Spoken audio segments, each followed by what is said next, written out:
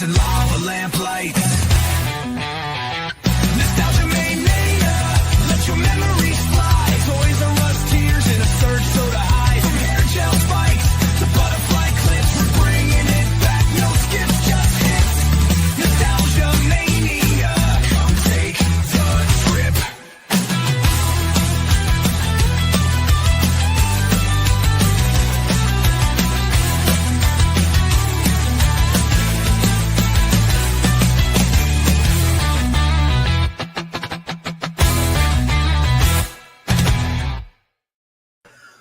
What is going on, everybody? Welcome in to episode 38 of Nostalgia Mania, your go-to podcast for reliving the games, movies, toys, and memories that define the golden age of the 80s, 90s, and early 2000s. I am your host, the real Josh Elliott. With me, as always, Bryan J, baby. What's up, man? How are you? I'm good. How are you doing? I'm doing fantastic, man. We're chugging right along here. This is episode 38. Not technically a bonus episode, though we are recording on a different day. For those of you watching on Tuesday night, this is a pre-recorded episode. We all are busy that 4th of July week, so we appreciate you tuning in. But for those of you watching tonight on the recorded night of June 25th, we are live on our Twitch page, so appreciate you guys for tuning into this special recorded edition of Nostalgia Mania. How you been, Bryan? We just did an episode last night, but how you been? I was going to say, it seems like we were just here. I'm doing well. Got 2 more days and then vacation. So I know, man. You're going to Massachusetts. Is that right? Yes, we're going to Salem, Massachusetts. Very, very cool little town. Nice. So, I'm assuming you're flying. You're not driving, right? Yeah, we're flying. Have a 5:05 a.m. flight. You love those early morning flights out of Kansas City, don't you? When it's vacation, I don't mind at all. Yeah. Because you want to get there, right? And the only bad part is I have to wake up at like 5 on Friday morning to check in, so I can get a low number and get on the plane quick. But I originally booked the flight. It was supposed to be 5:55 a.m. About 2 or 3 months ago, Southwest sent a notification on the app. Your flight has changed, and I was like, "Oh, great! It's going to be later." And it's like 5:05 a.m. So a little bit longer layover at Midway in Chicago, but it'll be worth it. Oh yeah, vacation's always worth it, man. I've been debating, man. Like we haven't talked much NFL, but they released the schedule a month or so ago, and you can see back behind me here, my Jacksonville Jaguars are facing the Kansas City Chiefs this year.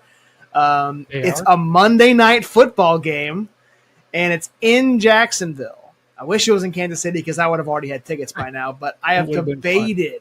Yeah, I have debated. I got a buddy who lives here in Kansas City. We went to a Chiefs-Jags game here at Arrowhead. I'm thinking about it, man. I'm thinking about making the flight down, going to that Monday night game. You should. And then flying back sometime Tuesday. You definitely should. I do have to say, I think we should place a small wager on that. I also like the Jaguars, of course.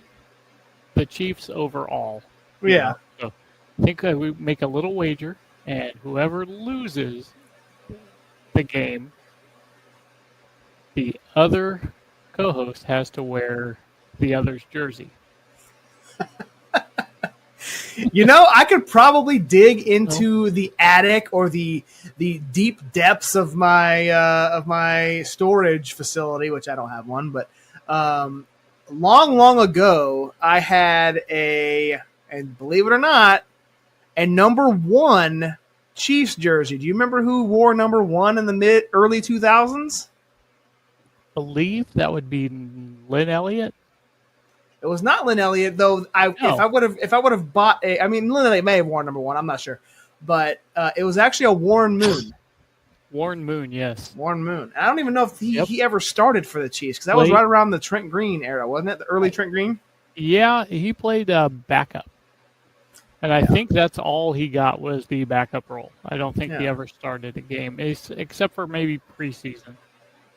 I don't even know how I ended up or why I ended up. I mean, Warren Moon was great, in his day, but we ended up somehow I ended up with a one. I think it was my dad's, to be honest with you, and he just passed it down. He goes, "Hey, I bought this jersey." Warren, he never played. Here you go. Yeah. So, but yeah, so that's might happen. I don't know. That's a lot of that's a big commitment to make. I wouldn't be going with the family or the wife or whatnot. So who knows? We'll see. But we're here. You see the logo at the bottom of the screen. I made it a little bit too big. It's kind of going underneath your screen. It's all right. We're talking about board games tonight, man. This is like I said, not technically a bonus episode since we are going live and still releasing this on Tuesday night as if we were live. But we're going to dive into kind of the history of board games from ancient Egyptian tombs, from a game called Senate, all the way back, way back, to the more common modern classics like Monopoly and Scrabble. This is an episode where I wish Hunter Dillon, who sometimes comes into the chat, he is a huge board game fan. This is Autumn in the house. Appreciate Autumn for tuning in. But he's a huge board game fan. I mean, he streams board games. He streams games like, Who Wants to Be a Millionaire, $1 Million Pyramid. He's more of a game show type streamer. Sure. But he showed me pictures like of his game show or his board game collection, and it's pretty extensive. I'm sure it is. Yep. I know Hunter Dillon. Yep. So, yes, I stuck it in his Discord, so hopefully he'll jump in before we log off of here. But for those of you, appreciate everybody for tuning in, listening. We go live each and every Tuesday night on YouTube and Facebook at JSC Studios. Just search that or Nostalgia Mania. You'll be able to find the Zelda logo, the triangle with the M and the sword going right down the middle, just like the Link to the Past. We've also got Instagram, TikTok, X, Twitch, JSC Studio, or The Real Josh Elliott. Search Nostalgia Mania, same thing. Apple Podcasts, Spotify. We're pretty much everywhere you can get your podcast. So, Bryan J, where can everybody follow you on social media? You can just follow me on Twitter, TikTok, and Instagram under screen name here under Bryan J Bebe. Bryan J Bebe. Don't forget the underscore between the J and the B. Yes. Oh, you will not be able to find him. Trust me, I have tried. I have tried.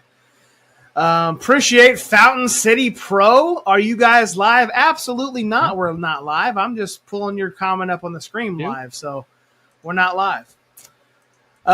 This is like we said, bonus.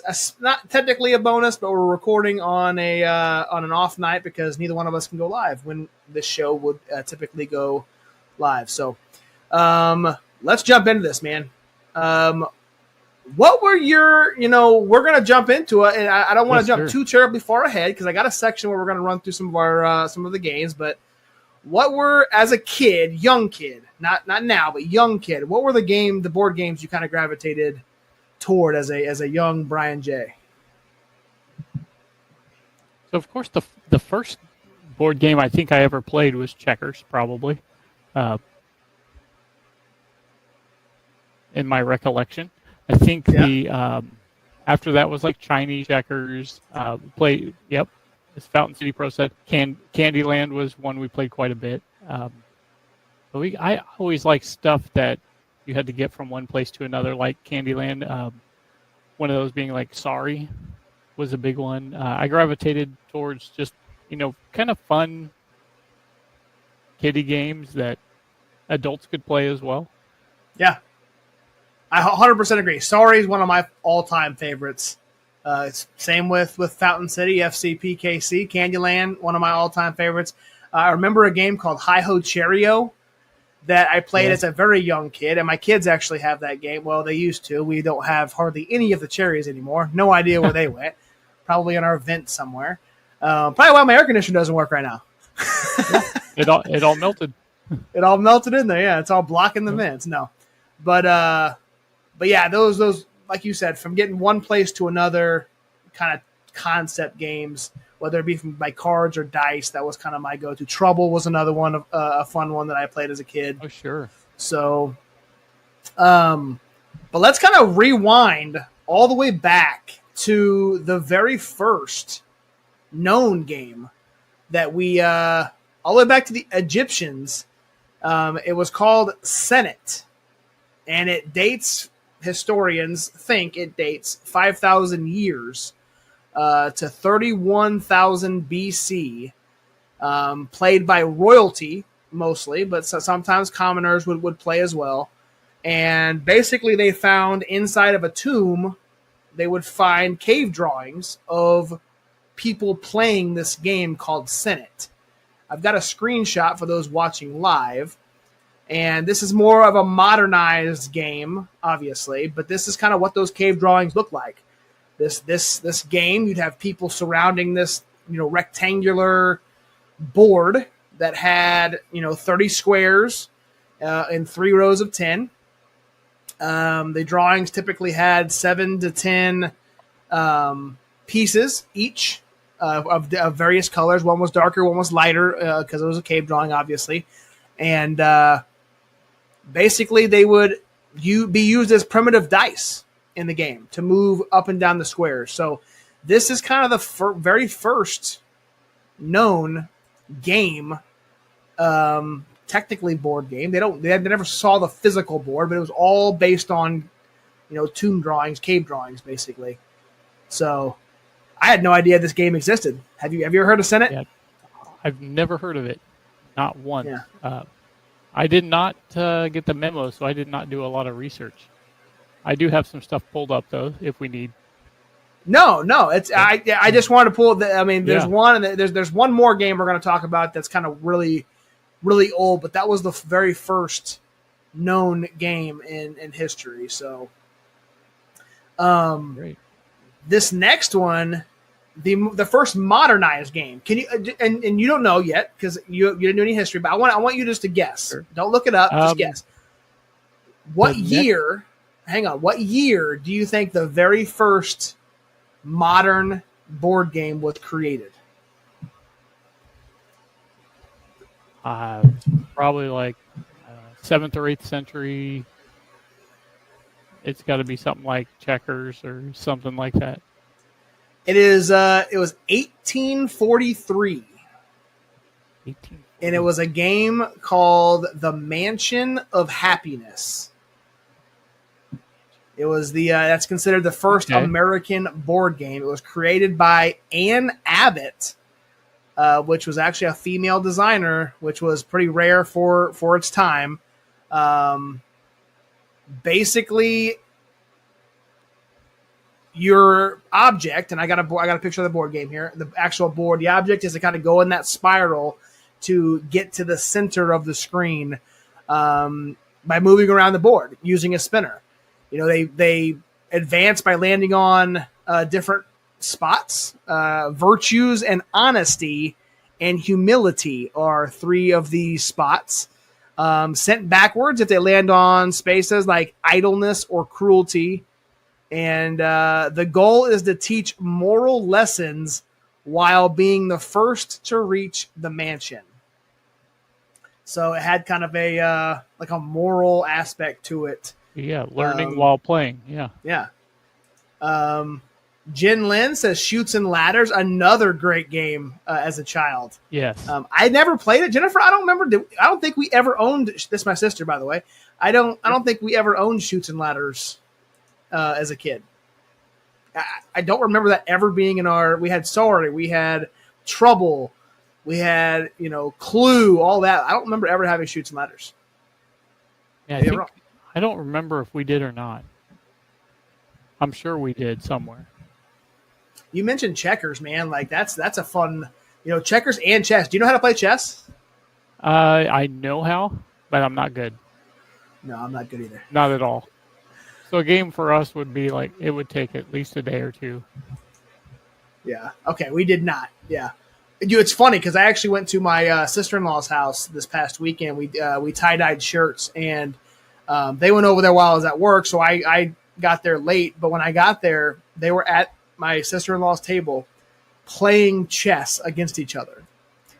And they had like a card in front of them that to tell them like how pieces move, and they were kind of every time it was their turn, they'd kind of look and okay, so the horse can go up 2 and over 1, and they were moving around, and it was cool to watch. You know, they were learning, and obviously not memorizing the pieces. They're 6, almost 7, so it was just kind of fun to see them. That's the first time, to my knowledge, them playing chess. So that's awesome. Hard game to memorize for sure. Yeah, not a game that we really cared about as kids. There. So that was the restroom break for all of you. Just so you know, Josh was thinking about you. You know, when you gotta go, you gotta go. Yep. It's live. What can we say? Yeah. Yep. We're live, pal. What do you remember about some of the, I was getting ready to go into the highest grossing games of board games. Did you play much Monopoly? Yes. Actually, we played quite a bit of Monopoly as a kid. It wasn't necessarily my favorite. I was a fan of when my brother and I got to playing games. He's only 3.5 years younger than me. We like to play games that lasted longer, and neither one of us really loved Monopoly, but it was a very long game, so that's one we played. Nice. It sold 275 million copies. I figured it was up there. Yeah, it's one of the best-selling board games of all time. I'm switching my camera around, so. Nope, you're good. Give me 2 seconds. But another high game, you talked about Scrabble. That was 1938. One of the most successful. Also, one of my favorites, and I do not have this on the on like a video or rundown, but remember Risk? I do. I do. One of my all-time favorites. I will never forget this. Jennifer might remember if she's still in here. I don't even know if she was there or not. So I've got 2 mouses now. So anyway, sure. We've got. We played Risk at my dad's house, and so my wife is super competitive. And she wants to win. And she does win almost every time we play any sort of game. This particular night, she was not winning at Risk. And the competitiveness in her, turned her, spiraled her downward.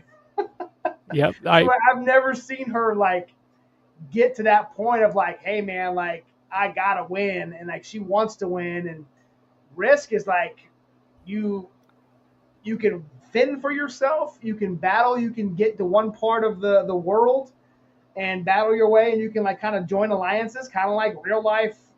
Yeah. But then at any point in time, that alliance can turn against you, and you can immediately turn away. So I can sympathize with you. I also have a very, very competitive wife. When we dated, we played Trivial Pursuit, and it is not my game. She knew a lot more than me. I could do well at the sports sometimes, because there's a lot of sports questions in there that are not really well known, I should say. And arts and entertainment, I did okay. So I think we played that probably 20, 30 times, and I was leading maybe once. So to that point, I will never. I refuse to play trivia games with really anybody.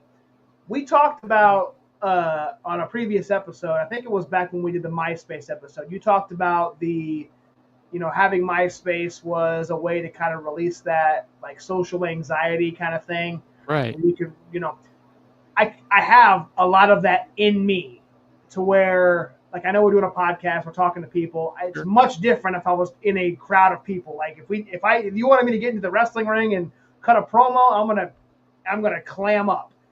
But nonetheless, like, I feel the same way about trivia games, especially when it's around for a group of people, because like I don't want to answer a question wrong and look like an idiot, right? A question that I probably should know, but I don't.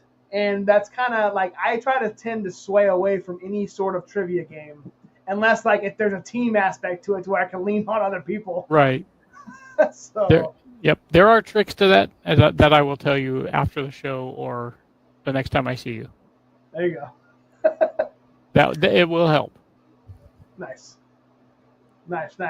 So let's jump into this, man. I know we've kind of stalled out there for a little while, but I've got some commercials, man, of a couple of our favorite games. So let's go one by one, and we'll play the commercial, and then we'll both kind of talk about our love of each one of these games. So and these commercials are going to be great because they're from like the 80s and 90s. They're pretty old, yeah, and they're pretty short too, so they're not going to be terribly long. So let's start with the first game, and then we'll talk about it. Sorry. Going through. Sorry. It's the game of sorry. First you're way ahead, then you get way back. So shake a leg, and you will get home first. The game of sorry. The game of sorry. I'll let you kick this one off. This is one of your picks. Yep. So this is one we used to play all the time. My brother, like I said, we like to play long games, so we would play it to where we all got to home base. And then once we got to home base, like, we would actually roll a dice. And however many the dice had on it, say 4, we would go around the board 4 times before we could go into the home, or 6, and we go. And if it was 1, we'd just re-roll the dice because we wanted a longer game than just 1, But it was it was a lot of fun playing growing up, and we played that game quite a bit. I love Sorry, man. Like, I let you pick. I said, give me your top 3 games, and 2 of the 3 that you picked were on my list. So this was one of them. I love Sorry. To Jennifer's point, before my internet took a dump, she said Trouble used to, make her extremely angry. Sorry was the same way. Like, you could have your pawn all the way around the board, and you're about ready to go up into the safe zone, and somebody could come around and draw the sorry card, or right back to home, and you got to go all the way around the board again.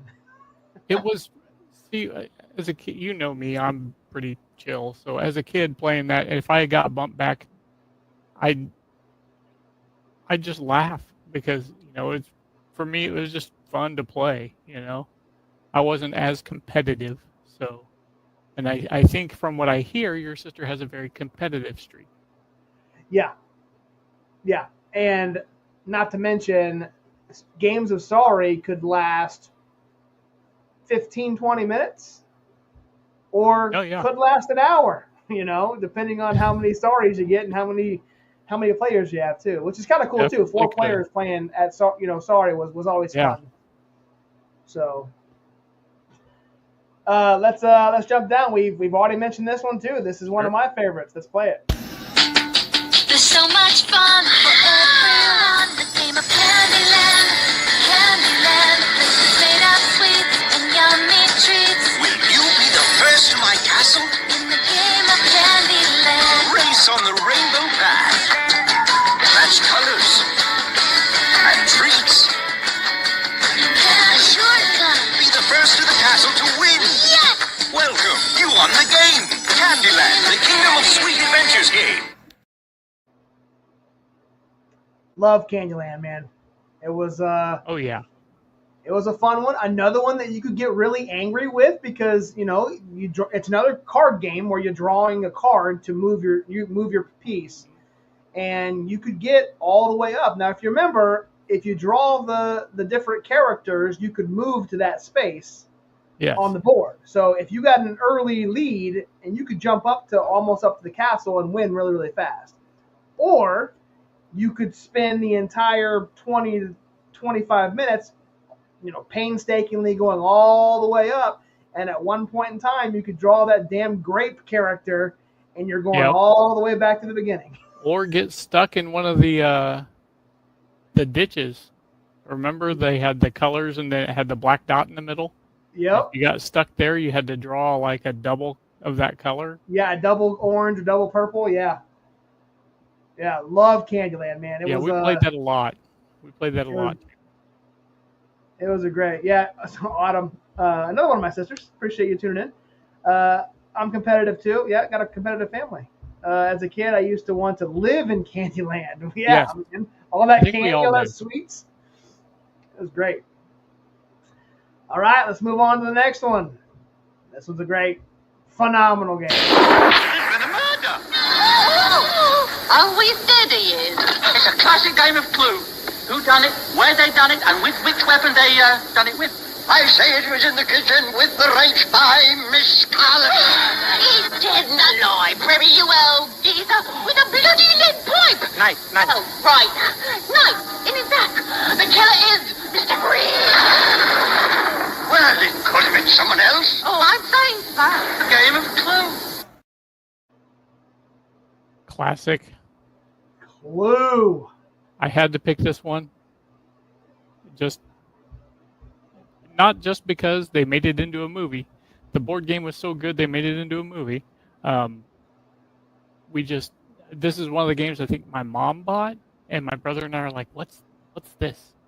And she played it with us, and then we played that game so much to where the cards were bent, and we knew if you feel the envelope where the bends were, you could tell who did it. We played it that much. Oh, really? Yes. So you had to feel the envelope to get the actual weapon? We would feel for the card because you stuck the card and the weapon in there. So we played the game so much that we had bent the cards on accident, but we memorized them so we knew which ones bent. Oh, which so way. you memorized where the bends were, And so we could tell who it was, but we didn't know what weapon it was.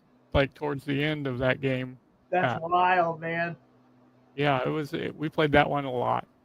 Professor Plum with the candlestick in the conservatory. Yep, it was a lot of fun. Man, did you ever have any strategy on that game? Like that None you wanted whatsoever. No None strategy. No, So I had a strategy, and I don't know if it worked or not. I would win half the time. So I mean, I guess I don't know if it works or not. What I like to do is, when you would, for those of you who have played Clue, you have to go to the room, and then that's the room you have to ask. You have to accuse, basically, and then you could pick the person and the weapon. So what I would do is I would go to a room, and if I had that room, which usually I did, I try to go to a room. I know this sounds strange, but I would go to a room that I had, and then I would ask a weapon that I had as well. And then I would leave the person to something I didn't have. right. And then I'd go around, and then I could. To me, it felt like that would eliminate. It would quickly be able to eliminate, because if nobody showed me anything, then I just found out who did it, and then now I can go around and try. Now I do the same thing with the weapon now. Makes sense. Absolutely. So again, I didn't win all the time, so I don't know if my my strategy worked. I was thinking about this. If I'm not mistaken, they may have made a video game of Clue. I don't know. When did Clue release in theaters? Because that's definitely going to be an episode of I Nostalgia think Mania. 85. What month, though? I mean, Let me check. because I love me some Tim Curry. Love me the gotta remember the actors' names. Like, I can picture them all in my head, but Yeah, it's such a good movie too. it came out 1985. Uh, Autumn says there is, or Alyssa says there is a video game clue. okay, so we may have to do this one sooner because it came out in December of 1985. All right. So we'll probably do that one. Well, I don't know. We'd have to do September. September. If it came out in December, we do it in December, right? Yeah, but December is Christmas, then you have Thanksgiving, and then before Yeah, that, you're right. October is we got Halloween. You're right. So I mean, we'll You're right. we'll slide it in there. Maybe one of the months we have 2 There weeks you go. I like it. or 5 like weeks. All right, we're going way back on this one. This is I still love playing this one, but here's the next game. The name of the game is Connect 4. Gotcha. 4 cross. One more game. Object, connect 4 of your checkers in a row while preventing your opponent from doing the same. But look out, your opponent can sneak up on you and win the game. I won it. Where? I can't hear diagonally. Pretty sneaky, sis. Connect 4, the vertical checkers game from Milton Bradley. Pretty sneaky, sis. Yeah, it's pretty sneaky, sis. Yep. I love Connect Four, man. It's such a great mind game. And, you're thinking of ways and thinking 3 or 4 moves ahead, trying to sneak up and get that cross diagonal win. Yep. Another game that actually I think this was like the original game where remember when Tetris came out? Or the game Tetris, and you'd walk around and you would see Tetris as you're walking around saying, I put this here, this here. It's kind of the same way with Connect 4, and yeah, it got addicting.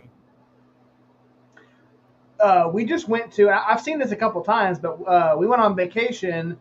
I guess a little mini vacation. My stepsister got married down in Oklahoma about a month or so ago. And we stayed at an Airbnb, and they had a life-size version of Connect 4, and these pieces were like this big. You're holding them, Yeah, and it stands up tall. It's as tall as my 7-year-old son, but you dropped them in, and it was just a big Connect 4 game. Super That's fun, cool. man. Super fun. very. And that was made. I think that was created in the early or late 70s, actually. Yeah, I think when Connect so. 4 was originally released. So So old, All right, I don't one even of- remember. do what? So old, I don't even remember it. Yeah. This next one is a fantastic game. One of my wife's favorites, actually. This one you picked. Let's take a look. Payday is a crazy calendar game where you can be at the top of the world one day I want a sweepstakes. and at the bottom of the barrel the next. I'm flat broke. Aw, pay up. Because every day in Payday is another chance to break the bank. Yeah, right. And just when you think you know who's found their fortune Yes. and who's lost their shirt, no! It can all change. Right up until, yes, Payday! Ups, downs, and lots of crazy stuff in between. Payday.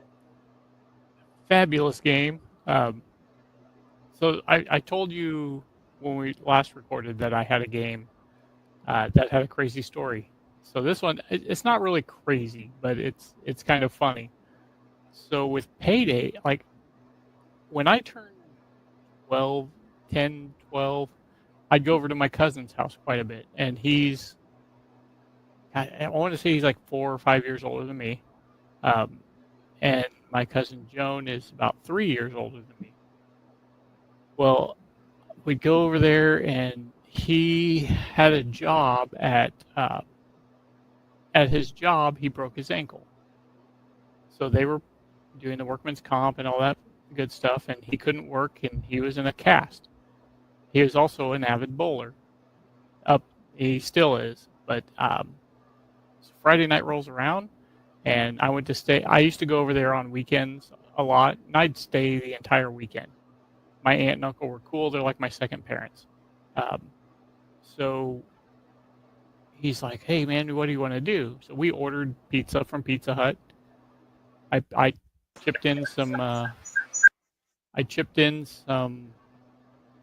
lawn mowing money, and we got like 4 pizzas because we used to eat pizza like crazy, and decided we were going to play a game. It's about 6:30, 7 o'clock at night, and my cousin Joan was going out on a date, and she's like, "Okay, I'm going to go out on my date now," and so she left. My uncle worked early in the morning at like 5, something like that. So my cousin Jim and I sat down at the kitchen table, and we just started playing. Um, like, oh, let's play Payday. Like, okay, so we got through the month. And we're like, well, that wasn't long enough. Let's play again. And he's like, well, why don't we just continue? So we continue, and we lose track of time. We're eating pizza, drinking pop. Next thing I know, my cousin Joan comes walking through the door, and it's like 10:30.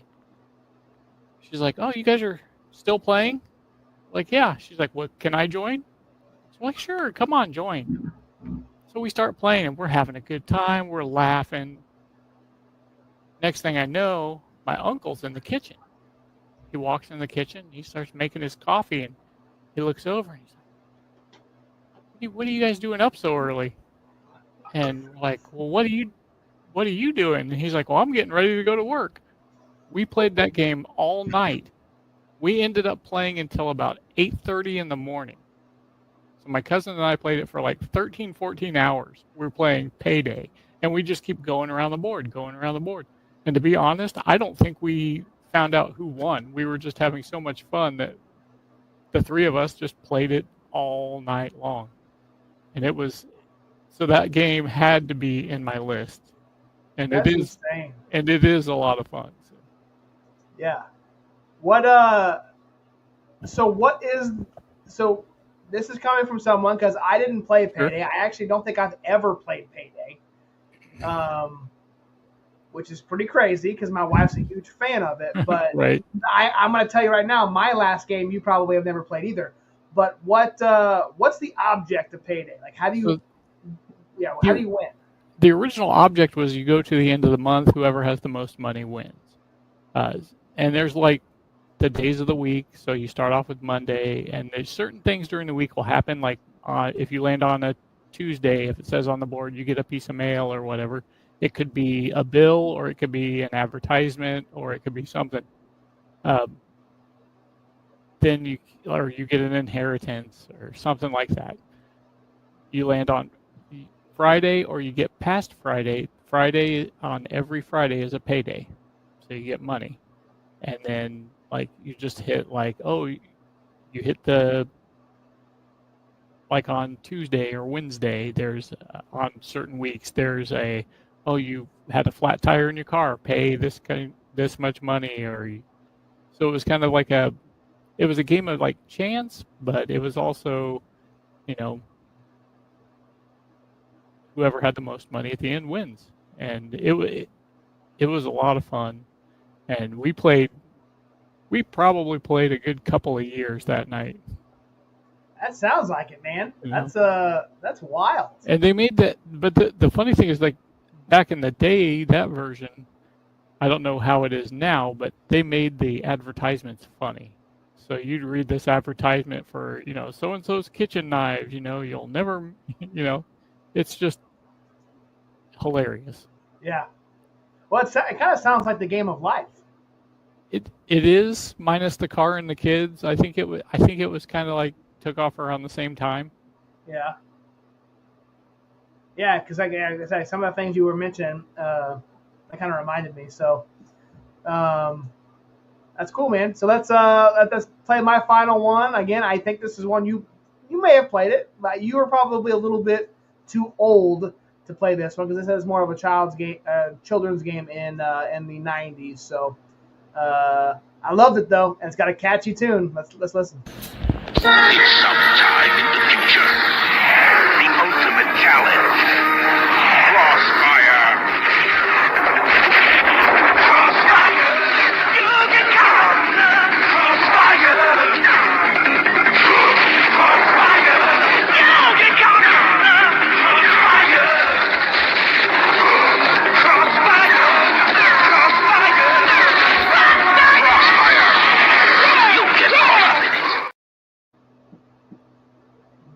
Crossfire.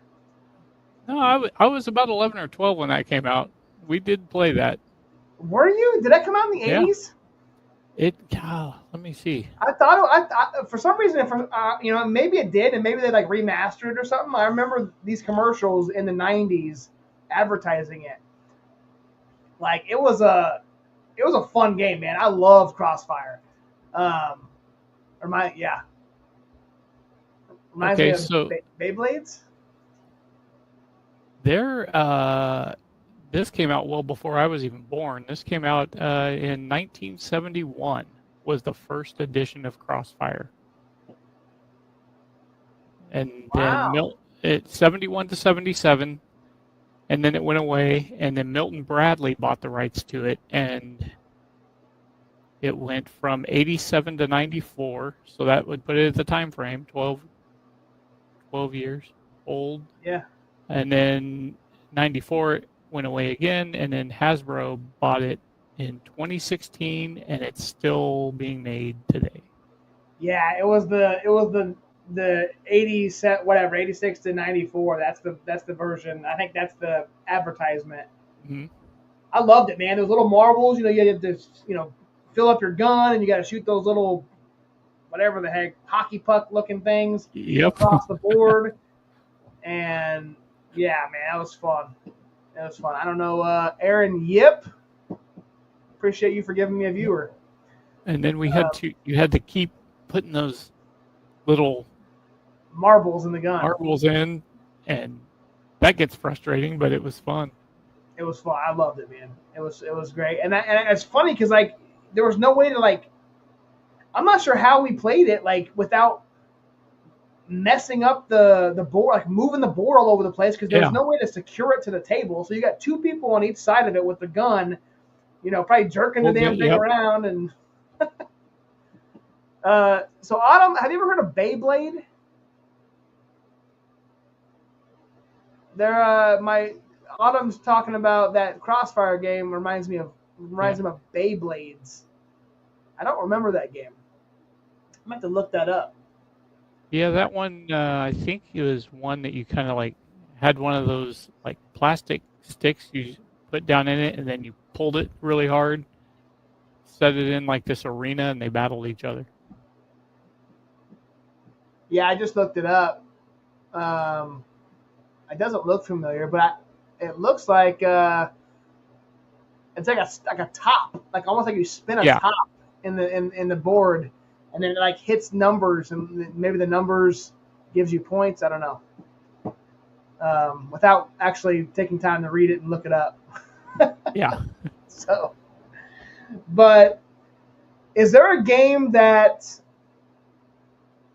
you liked that maybe not many people know about or not many people played? Is there something like a hidden gem that you would recommend people try out? There was a game, and it came out in the 90s. I want to say early 90s. It was called Fun City. Fun City. And it was kind of I don't even really, this is going to sound bad. We played it a lot.